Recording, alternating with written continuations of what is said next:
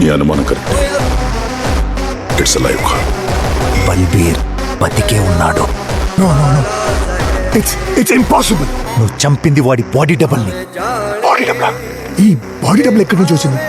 వాడి కొడుకే తయారు చేశాడు. వీడు ఉన్నంత వరకు బల్బీర్ని మనం టచ్ కూడా చేయలేం.